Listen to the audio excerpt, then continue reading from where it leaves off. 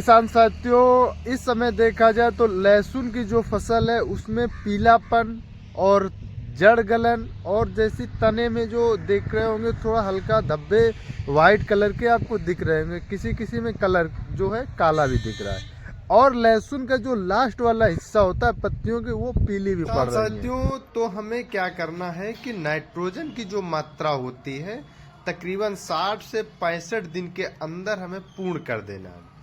और जो बेसिक तत्व होते हैं जैसे फास्फोरस होता है, तो फास्फोरस हमें तकरीबन वही 40 से 45 दिन में देना चाहिए, क्योंकि हमने बुआई के समय दी थी और इसके बाद भी देना चाहिए। जैसे डीएपी है तो डीएपी में क्या होता है कि नाइट्रोजन भी 18% होता है और इसके साथ में फास्फोरस भी होती है 35 से 40% तक का।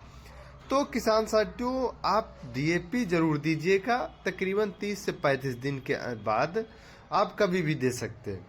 अगर हम वहीं पर पोटास की बात करें तो पोटास भी हमें देना चाहिए अपनी फसलों के लिए। जैसे आप स्क्रीन पर दिख रहे हैं जो पीले पड़ रहे हैं पत्तियां और ग्रोथ भी रुकी हुई है, इसके लिए हमें क्या करना चाहिए कि पोटास देना चाहिए। पोटास के कार्य क्या होते हैं, जैसे कि कंद को मोटा करता है, जो परत होती है लहसुन में वाइट कलर की उसको बढ़िया अच्छी तरीके से मेंटेन रखता है और मोटा रखता है और सुरक्षित रखता है। और इसके साथ में हमें क्या करना है कि बीमारियों से लड़ने की क्षमता बहुत बढ़ जाती है। जो हल्की बीमारियां या मौसम थोड़ा बहुत उतार चढ़ाव होता है उससे भी बहुत अच्छी तरीके से लड़ने की क्षमता बढ़ाता है।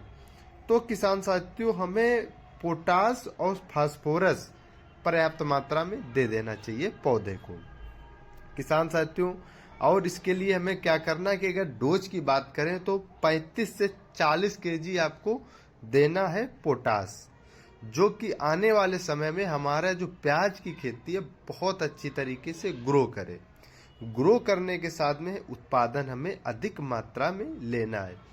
किसान साथियों, आपको बता दें कि इसके साथ में आपको क्या करना है कि एक माइक्रो न्यूट्रिएंट और ले लेना है। चाहे आप एनपीके ले लीजिएगा या फिर माइक्रो न्यूट्रिएंट ले लीजिएगा, या फिर आप अगर नहीं डालना चाहते डीएपी और पोटास या फास्फोरस तो आप क्या कीजिएगा एनपीके प्लस माइक्रो न्यूट्रिएंट कोई अच्छी कंपनी का लीजिएगा, इनको साथ में मिला करके छिड़क दीजिएगा और अच्छी तरीके से खेत में नमी पर्याप्त मात्रा में रखिएगा, ताकि हम पौधे को समय समय पर पूर्णता रूप से बेसल डोज में हम उन्हें पोषक तत्वों की पूर्ति करा सकें। किसान साथियों, वहीं पर अगर हम बात करें कि कुछ फसलों में बीमारी जैसे थ्रिप्स है और धब्बे वाले आप देख रहे होंगे फंगस लग जाता है, धब्बा बन जाता है वाइट वाइट कलर का, और लास्ट जो पत्ती की नोक होती स्टेज होती वहाँ पीलापन भी आ जाता है। इससे भी निपटने के लिए हम एक स्प्रे के डोज भी डालेंगे।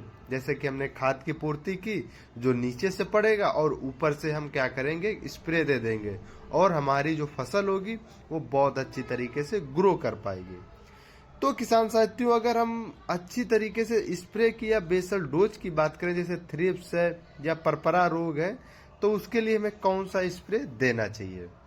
तो स्प्रे की बात करें तो आप सिजेंटा कंपनी का आप ले लीजिए जो फ्यूलो गोल्ड आता है, या फिर अडामा का ले लीजिए जो कस्टोडिया आता है वो ले लीजिएगा, या धानुका का कोनिका ले लीजिएगा।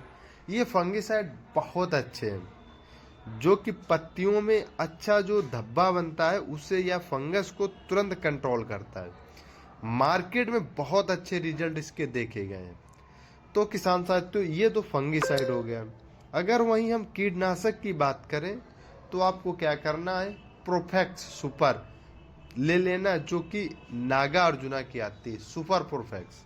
इसके साथ में आपको क्या करना है कि हेमाबेक्टिन ले लेना है, धानुका कंपनी की EM1 के नाम से आती है। या फिर और कीटनाशक अगर लेना चाहते हैं तो थाइमोक्सोम ले लीजिएगा, धानुका का अरेवा, कोई एक कीटनाशक ले लीजिएगा, बहुत अच्छा रिजल्ट देने वाले हैं।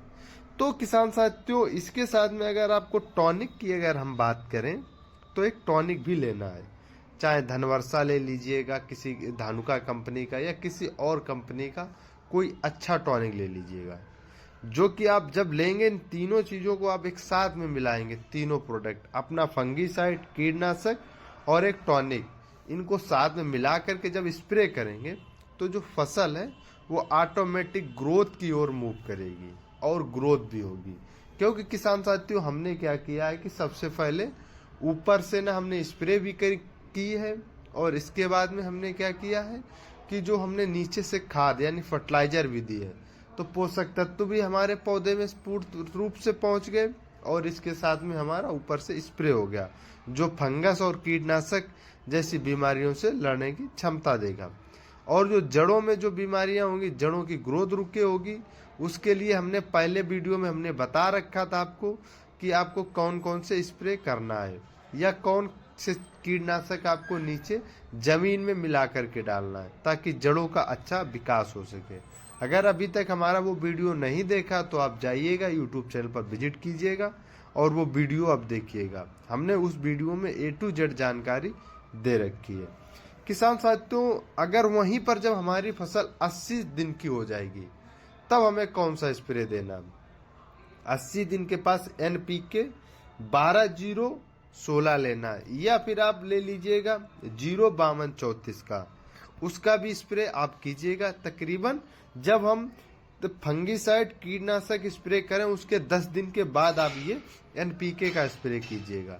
इससे क्या होगा कि अब हमारी जो फसल होगी बहुत अच्छी तरीके से ग्रोथ करेगी, और ग्रोथ करने के साथ साथ में आपको तकरीबन 10 से 15 दिन के अंदर आपके फसल जो कि बहुत टॉप दिखेगी। तो किसान साथियों, अगर वीडियो आपको अच्छा लगा